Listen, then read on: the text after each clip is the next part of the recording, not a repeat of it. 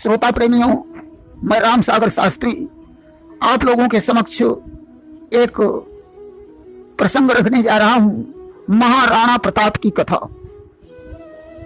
देखिए, आप सभी लोगों ने महाराणा सांगा का नाम सुना होगा। राणा सांगा रायमल के पुत्र थे, जो चित्तौड़गढ़ के सम्राट थे।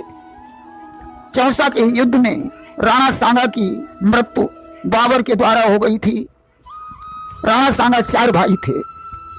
राणा सांगा, पृथ्वीराज, जयमल और शेषा। राणा सांगा की एक बहन थी जिसका नाम आनंदी बाई था। राणा सांगा की पत्नी का नाम कर्मवती था। कर्मवती ने एक पुत्र को जन्म दिया था जिसका नाम उदय सिंह था। राणा सांगा की मृत्यु के समय उदय सिंह छोटा था, इसलिए राणा सांगा की मृत्यु के पश्चात राज्य का दायित्व विक्रमादित्य को दिया गया। पृथ्वीराज, जो राणा सांगा के भाई थे, उनकी दासी के द्वारा एक पुत्र पैदा हुआ था जिसका नाम बनवीर था। बनवीर 35 वर्ष का था। वह बड़ा क्रूर, निर्दयी और निर्मम व्यक्ति था। चित्तौड़ का राजा बनने के लालच में उसने सोते हुए विक्रमादित्य की हत्या कर दी और उदय सिंह को भी मार डालने का प्रयास करने लगा।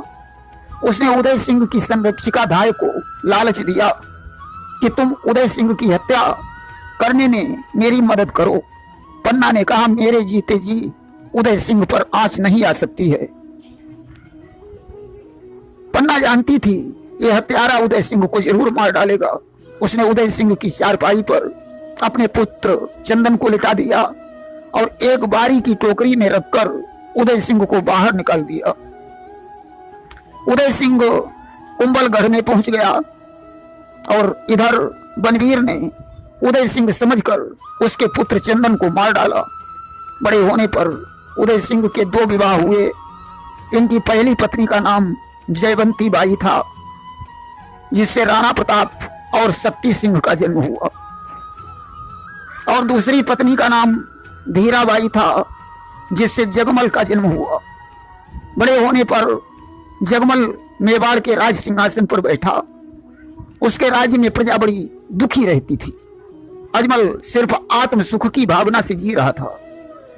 वह हमेशा शराब के नशे में डूबा रहता था। सिंहासन पर बैठते ही उसने अकबर से दोस्ती कर ली। एक बार जगमल ने अपने चाटुकारों के कहने पर प्रजावती विधवा स्त्री की हत्या करवा दी। प्रजावती तो हमेशा प्रजा के हित में लगी रहती थी। इसकी हत्या हो जाने पर प्रजा में आक्रोश उत्पन्न हो गया और सभी लोग मिलकर प्रजावती के शव को लेकर राष्ट्र नायक चंदावत के घर पहुंचे। चंदावत देश के संरक्षक थे। प्रजा ने चंदावत से कहा, मेवाड़ में इस प्रकार का शासन चल रहा है, हम सभी लोग त्रस्त हैं, अतः आप देश की भलाई के लिए उचित राजा की नियुक्ति करें। प्रजावती की हत्या से चंदावत बहुत दुखी हो गए। इसी बीच मेवाड़ में भिक्षा मांगने के लिए कोई भिखारिन आ गई। जगमल के क्रूर सैनिकों ने उस भिखारिन को पकड़ लिया और जगमल के पास लेकर चल पड़े। इस अत्याचार को देखकर राणा प्रताप के अनुज शक्ति सिंह ने क्रूर सैनिकों से उस भिखारिन को छुड़ाया। इस घटना को बताने के लिए शक्ति सिंह भी चंदावत के घर पहुंचे। चंदावत ने कहा, शक्ति सिंह, तुम अपने कर्म पथ पर अग्रसर रहो, मैं शीघ्र कोई निर्णय लूंगा। उन्होंने मेवाड़ वासियों को धीरज बंधाकर वापस कर दिया। एक दिन की बात है कि लगा हुआ था एक दिन जगमल का दरबार, बैठे थे आनंद में सभी सूर सरदार। जगमल का दरबार लगा हुआ था। जगमल आनंद के सहित राज्यसभा में बैठा हुआ था। उसी समय राष्ट्र नायक चंदावत ने दरबार में प्रवेश किया। जगमल ने सिंहासन से उतरकर उनका सम्मान किया। चंदावत ने कहा, जगमल, तुम कितने अन्यायी हो। दीन दुखियों की भलाई करने के बजाय तुम उन्हें पीड़ा देते हो। प्रजा की भलाई चाहने वाले की हत्या करवा देते हो। तुम सिर्फ सुरा सुंदरी के में मग्न रहते हो। तुम्हें मालूम होना चाहिए, जिस राजा के राज्य में प्रजा दुखी रहती है वह राजा नरकगामी होता है। प्रजा सुराज प्रिय प्रजा दुखारी, असोनप अवसि नरक अधिकारी। जगमल, तुम्हें अपने अपराधों की क्षमा प्रजा से मांगनी होगी।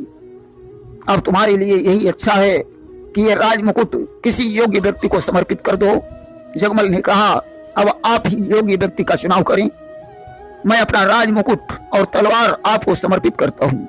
चंदावत ने विचार किया, राणा प्रताप से अच्छा कुशल शासक कौन हो सकता है। उन्होंने राणा प्रताप का राज्याभिषेक कर दिया।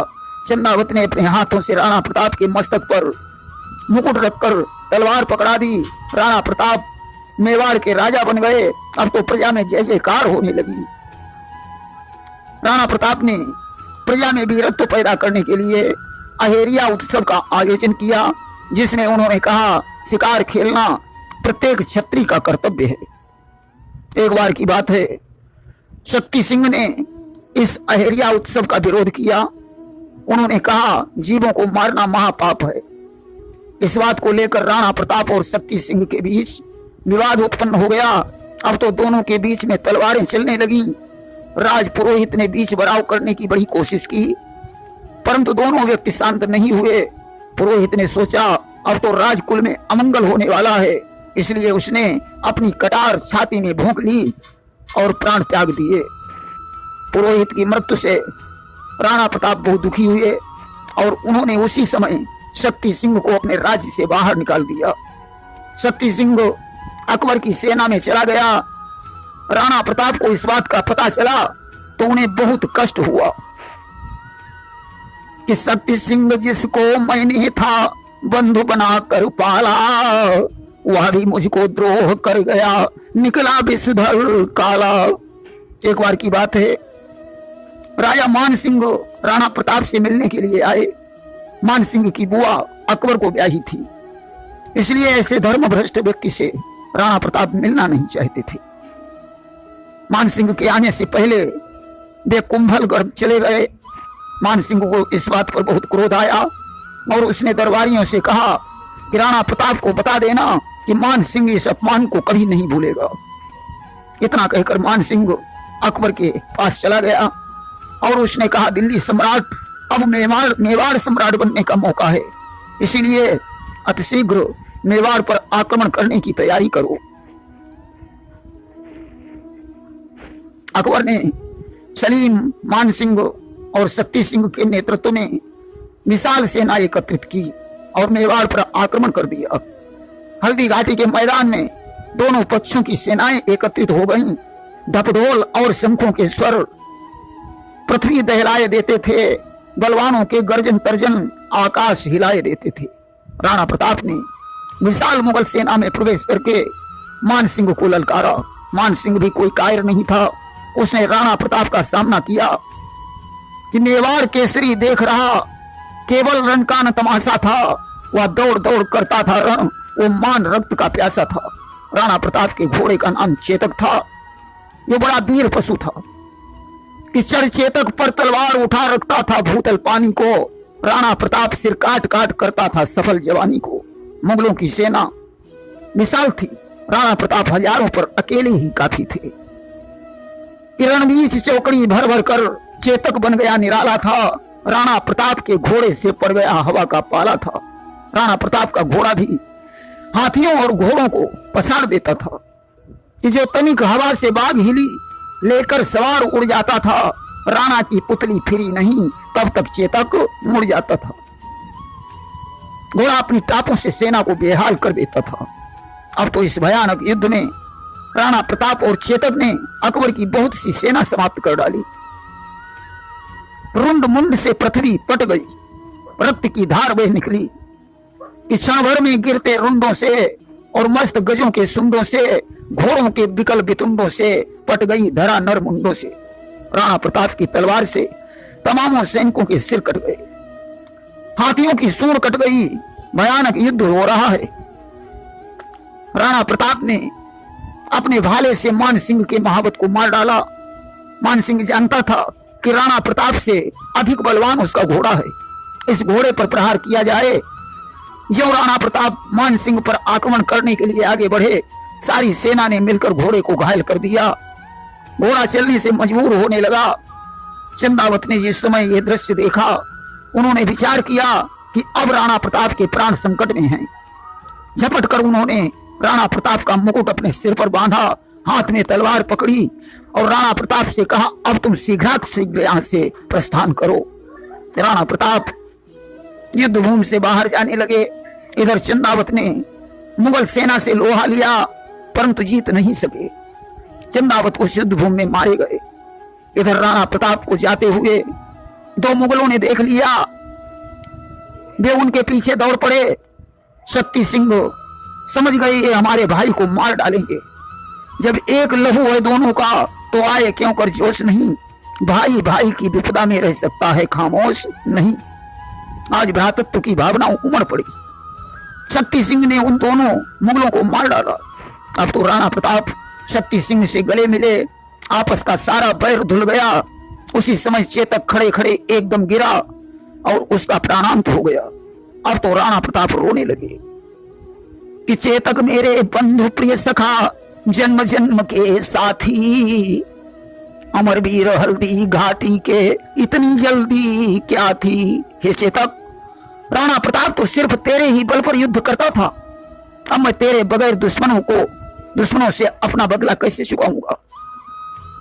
इधर हल्दी घाटी का युद्ध समाप्त हो गया, परंतु राणा प्रताप ने अकबर से हार नहीं मानी।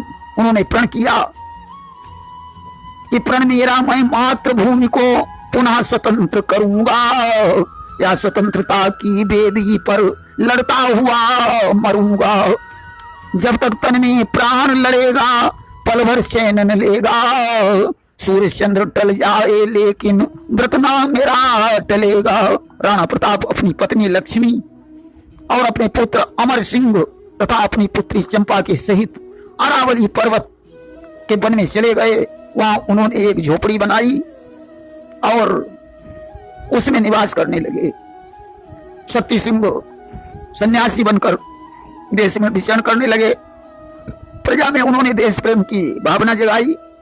शक्ति सिंह चाहता था अकबर और राणा प्रताप की संधि हो जाए तो देश में शांति और एकता कायम हो जाए।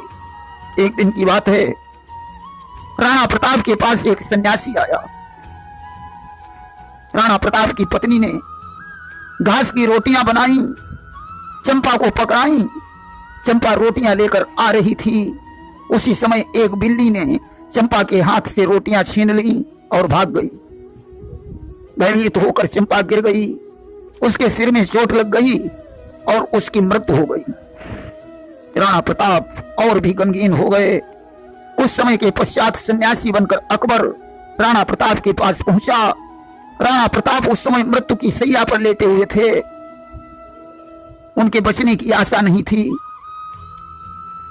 अकबर ने कहा, आप उस अकबर से तो संधि कर सकते हो जो भारत माता की जय बोलता है, जो भारत को अपनी मातृभूमि समझता है। राणा प्रताप ने अकबर की तरफ देखा, भारत माता की जय कहा और अपना शरीर छोड़ दिया।